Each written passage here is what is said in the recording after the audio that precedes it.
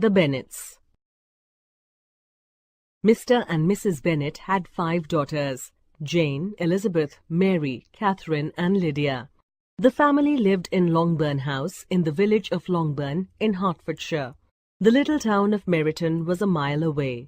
The Bennets, though not rich, were very comfortably off, but their easy circumstances would continue only as long as Mr. Bennet lived, because the Bennet property was entailed. The 5 girls could look forward to only about £1,000 each from their mother, who had had a certain amount of money settled on her by her father when she married. The fine house in which they lived, and the farm which gave Mr. Bennet his income, would both, on his death, pass on to Mr. Collins, a distant cousin, but the nearest male relative. This business of the entail was a great trial and grievance to Mrs. Bennet. She could not understand it, and suspected a scheme to leave herself and her daughters penniless and without a roof over their heads on her husband's death. A cruel, unnecessary plot, she wailed. Whoever heard of entailing property away from wife and daughters? If my girls don't get good, rich husbands, I don't know what will become of us. So she was always on the lookout for well-to-do bachelors, and the business of her life was to get her daughters married. Attracted by her youthful good looks, Mr. Bennet had fallen in love with her and married her. He had realized very early in his marriage, however, that his beautiful wife was extremely foolish. But instead of correcting and teaching her, so that Mrs. Bennet's manners and conversation improved with time, he merely avoided his wife as much as possible. So Mrs. Bennet went her own silly way, chattering endlessly about little things, her petty problems, her imaginary ailments, the wicked entail, and how circumstances combined to defeat her. "No one knows what I suffer," she would wail. "Everything is against me." Fortunately, the 2 elder girls, Jane and Elizabeth, had only their mother's beauty. They were both intelligent, sensible, and well-mannered. Mary, the 3rd daughter, was a plain-looking, conceited girl with a very high opinion of her own cleverness. Catherine, usually called Kitty, and Lydia were pretty but ill-mannered and pleasure-loving. They talked only of clothes, dancing, and young men. "I wish Papa would control the girls," said Elizabeth to Jane. Mr. Bennet, however, was too lazy or too indifferent, or both, to bother.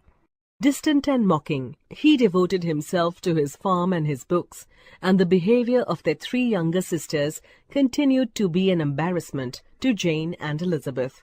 The 2 elder girls had an additional embarrassment in their father's attitude to their mother and their sisters. The remarks he addressed to them in company not only showed he was aware of their foolishness, but drew attention to what might otherwise have passed unnoticed. At home, he treated his wife as a source of amusement. He teased her, but she did not understand his teasing. She revealed her mean, vulgar mind in the stupid remarks she made. "How can Papa bear to make such cruel fun of Mamma?" wondered Elizabeth. "He really enjoys prompting her silly answers. What happened to the love he had for her when they married? Now he treats her as casual entertainment." One morning at breakfast, Mrs. Bennet announced to her husband in some excitement that a neighbouring estate, Netherfield Park, had been rented by a Mr. Bingley. "Mrs. Long told me," she cried, "that the gentleman will move in very soon. He's single, young and handsome, and from the north of England, and has £5,000 a year. What a good thing for our girls, Mr. Bennet. You must call on him as soon as possible." "Why should I call on him at all?" teased Mr. Bennet. "Oh, Mr. Bennet, you are so heartless," said Mrs. Bennet. "How can we visit him if you don't? Indeed, you must call on him. Sir William and Lady Lucas will, and Mr. Long and everyone else too. The Lucas girls and Mrs. Long's nieces are quite plain. I'm sure Mr. Bingley will fall in love and marry one of our beautiful daughters. If only you'd call on him."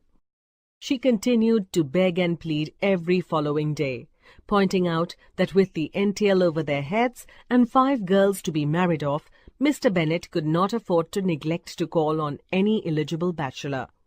"You must think of our daughters, Mr. Bennet," she repeated over and over again.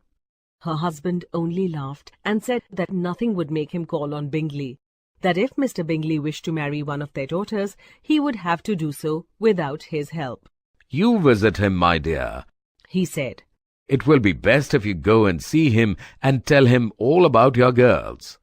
You're heartless and cruel, Mrs. Bennet sobbed. In spite of all that he had said, however, Mr. Bennet was among the first in the neighbourhood to call on Bingley.